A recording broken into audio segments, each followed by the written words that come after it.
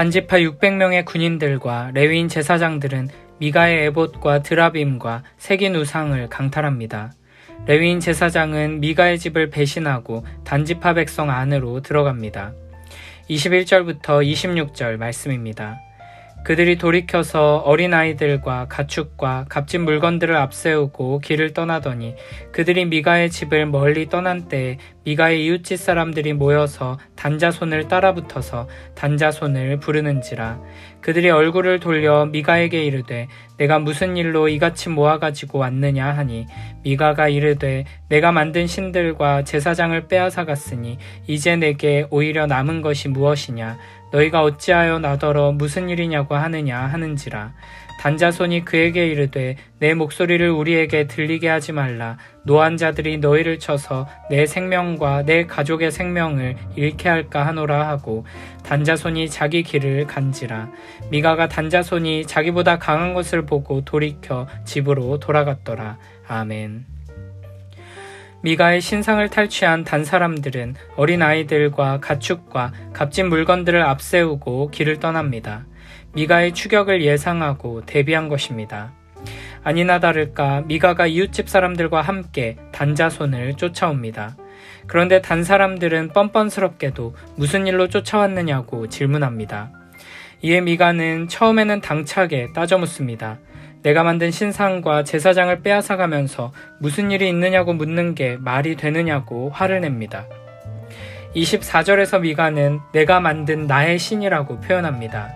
결국 미가의 신은 여호와 하나님이 아니고 자기가 만든 우상이었던 것입니다. 이렇게 인간이 만든 신은 결코 인간을 보호해 줄 수 없고 복을 내려줄 수 없습니다. 사실 이런 우상들은 자기 스스로를 보호할 능력조차 없었습니다.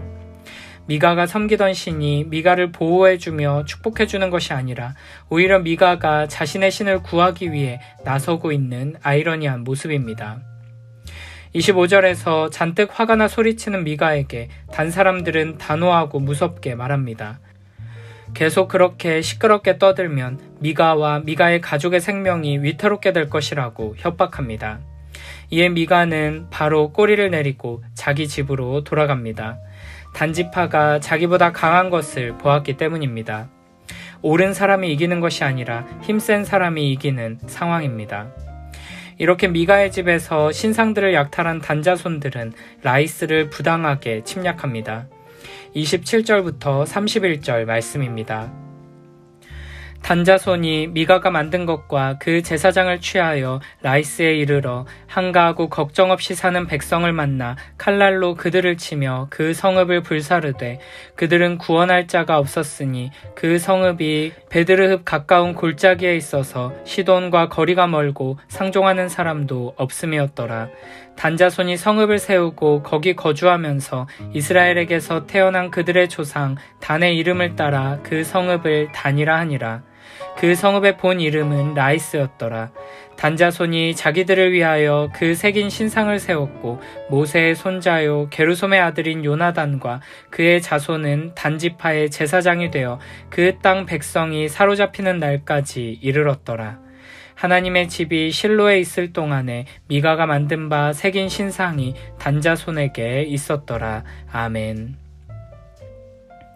27절에서는 단자손이 미가가 만든 것과 그 제사장을 취했다고 말하면서 사람이 만든 우상을 신으로 섬기며 여호와 하나님을 배반한 미가의 어리석음과 함께 남의 것을 약탈하고 빼앗은 단지파의 만행을 동시에 드러냅니다. 미가의 집을 약탈한 단자손은 이제 평화로운 마을 라이스를 공격해 파괴합니다. 칼날로 그들을 치며 그 성읍을 불살랐다는 것은 주로 여호와의 전쟁을 묘사할 때 사용된 표현입니다. 그러나 지금 단지파의 행위는 여호와의 전쟁이 아닙니다.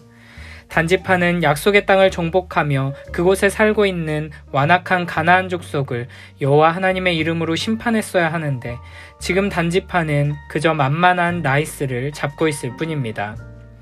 28절은 7절의 내용을 다시 확인하며 라이스가 도울 사람이 없는 무방비 상태였음을 알려줍니다.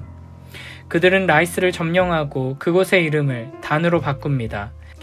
그리고 자신들을 위해 미가에게서 빼앗아온 새긴 신상을 세웁니다. 또한 레위 청년은 단지파 내에서 세습되는 제사장의 지위를 누리게 됩니다. 결국 미가의 신상은 단지파의 중요한 우상이 됩니다. 31절에서는 하나님의 집이 실로에 있는 동안에 단자손이 이 신상을 섬겼다고 말합니다.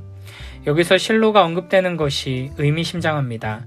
실로는 여호수아 시절 회막을 세우고 땅을 분배한 곳으로 가나안 서쪽의 종교적, 정치적 중심지라고 할 수 있습니다. 이후에는 사무엘이 제사장으로 섬긴 장소가 바로 실로였습니다. 실로에 있는 성막은 언약궤가 있는 곳이기에 여호와의 집이라고 불렸습니다. 사사기의 저자는 여호와 하나님의 임재를 상징하는 언약궤가 있는 실로와 미가의 신상을 빼앗아와 섬기는 단지파를 대조해서 보여주고 있는 것입니다. 30절에서는 지금까지 구체적인 이름이나 정체가 알려지지 않았던 레위인 제사장이 누구인지가 등장합니다. 그는 바로 모세의 손자요 게르솜의 아들이었습니다. 여기서 아들은 후손이라고도 번역할 수 있습니다. 돈을 따르며 신상을 세우며 섬기는 일에 앞장선 기회주의적인 인물이 알고 보니 모세의 후손이었다는 것입니다. 모세의 후손마저 지속적인 우상 숭배에 참여할 만큼 이 시대가 악하다는 것을 잘 보여줍니다. 그리고 제사장 제도나 명문 가문의 후손이라는 것 자체가 이스라엘에게 구원을 가져다 주는 것이 아님을 보여줍니다. 또한 30절에서는 단지파의 신상과 제사장이 백성이 사로잡히는 날까지 계속되었다고 말합니다. 이 표현은 결국 단지파의 신상들이 단지파를 보호해주지 못하고 결국에는 함께 멸망하게 되었다는 것을 보여줍니다. 단의 성소에 놓인 신상은 미가의 성소에서처럼 사람들에 의해 또다시 사로잡히게 될 것이며 단지파 또한 자기들이 섬기던 무력한 우상과 똑같은 최후를 맞이하게 될 것입니다. 사사기 18장의 이야기를 통해 우리는 힘으로 만들어낸 우상들, 스스로 만들어낸 종교는 결국 우리에게 실망만 안겨주게 된다는 것을 깨닫게 됩니다. 우리가 무엇을 우리의 신으로 삼든 돈이든 권력이든 인간관계든 혹은 우리 입맛에 맞게 축소시켜서 내 손에 쥐고 있는 하나님이든 그것들은 우리를 보호해주지도 구원해주지도 못합니다. 자기 직업과 일을 자신을 보호해주고 축복해주고 구원해주는 신으로 삼고 섬기며 사는 사람은 너무 강하고 능력있고 인맥이 좋고 운이 좋은 누군가에 의해 자신의 신이 처참하게 무너지고 축복의 길이 막히는 것을 경험하게 될 것입니다. 자신의 외모를 신으로 삼고 섬기며 사는 사람은 세월이라는 무자비한 대적 앞에서 젊음을 지켜낼 수 없음을 깨닫고 멋지고 아름다운 외모를 끝까지 붙들 수 없음을 발견하게 될 것입니다. 무엇보다도 모든 우상들과 거짓 신들은 죽음 앞에서 힘을 잃고 무너지게 될 것입니다. 미가는 자기가 만든 신상을 섬기고 예배하며 살았습니다. 신상을 의지하며 거기서 삶의 궁극적인 의미와 목적과 축복을 구했던 것입니다. 그러다가 단지파에게 신상을 빼앗기자 너희가 나의 신상을 빼앗아가니 나에게는 더 이상 남은 것이 없다고 한탄하게 됩니다. 이렇게 돈을 예배하는 자는 돈을 빼앗기면 모든 것을 잃게 됩니다. 권력을 숭배하는 사람은 권력을 빼앗기면 모든 것을 잃게 됩니다. 그러나 하나님의 백성들은 하나님을 경외하며 섬기고 예배하는 사람들은 하나님을 결코 빼앗기지 않을 것입니다. 요한복음 6장 68절에서 베드로는 이렇게 고백합니다. 주여 영생의 말씀이 주께 있사오니 우리가 누구에게로 가오리이까. 아멘. 예수님을 발견하는 것은 변하지 않고 흔들리지 않는 영원한 축복을 발견하는 것입니다. 우리가 우리의 영원한 사사이신 참된 왕이신 예수 그리스도로부터 말미암는 참된 축복을 누리려면 우리는 예수님을 나의 전부로 고백할 수 있어야 합니다. 예수님이 없으면 우리는 아무것도 가지지 못한 것이고 예수님을 가졌다면 우리는 모든 것을 가진 것입니다.